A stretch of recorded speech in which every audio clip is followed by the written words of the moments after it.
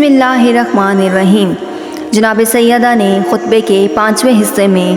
حضرت صلی اللہ علیہ وآلہ وسلم کی وفات کے بعد رونما ہونے والے واقعات کو بیان کرتے ہوئے فرمایا، جب خداوند عالم نے پیغمبروں کی رہائش گاہ کو اپنے پیغمبر صلی اللہ علیہ وآلہ وسلم کے لیے منتخب کیا تو منتخب شدہ افراد کی جگہ کو پیغمبر کے لیے پسند فرمایا کہ ناگہاں دلوں میں پوشیدہ کینہ اور نفاق تمہارے درمیان ظاہر ہو گیا، دین کی نقاب الٹ دی گئی، گمراہ افراد بولنے لگے، گمنام افراد سر بلند کرنے لگے، باطل کے نعرے بلند ہوئے اور معاشرے میں سازشیں شروع ہو گئی۔ شیطان نے اپنی پل سے منہ باہر نکالا، تم کو اپنی طرف بلایا، تم کو اپنی دعوت اور اپنے فریب کا منتظر پایا، پھر تم نے اس کو قیام کی دعوت دی، تم کو حرکت کے لیے آمادہ پایا، تمہارے دلوں میں انتقام اور غصے کی آگ بھڑکائی، غصے کے آثار تمہارے چہرے سے نمایاں ہو گئے،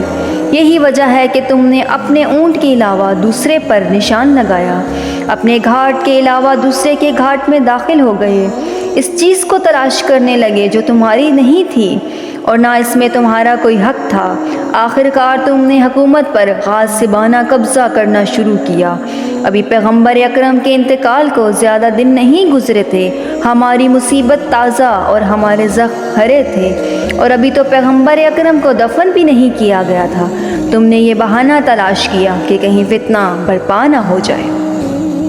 اس سے بڑھ کر اور کون سا فتنہ ہو سکتا ہے جس میں تم اس وقت گرفتار ہو؟ ہاں یقیناً دوزخ کافروں کا احاطہ کیے ہوئے ہے، یہ کام تم سے کتنا بعید ہے، تم کیا کر رہے ہو،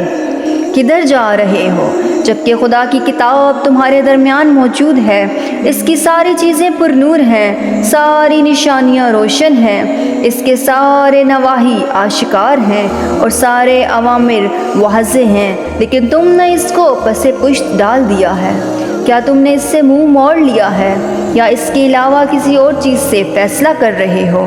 آہ افسوس،